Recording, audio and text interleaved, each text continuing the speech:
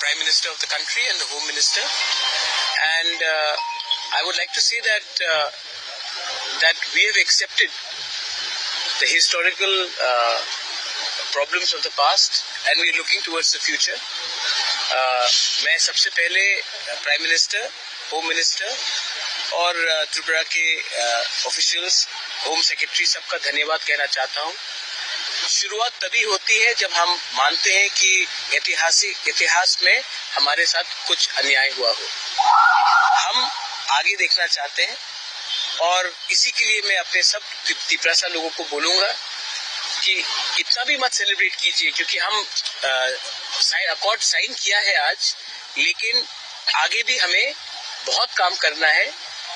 Joint working committee के बाद अपने जमीन के लिए, अपने भाषा के लिए, अपने पॉलिटिकल राइट्स के लिए, इकोनॉमिक राइट्स के लिए। तो मैं इसी के लिए सबको अपील करता हूं कि हाँ, आज बहुत खुशी का दिन है, लेकिन ये शुरुआत है, ये अंत नहीं है।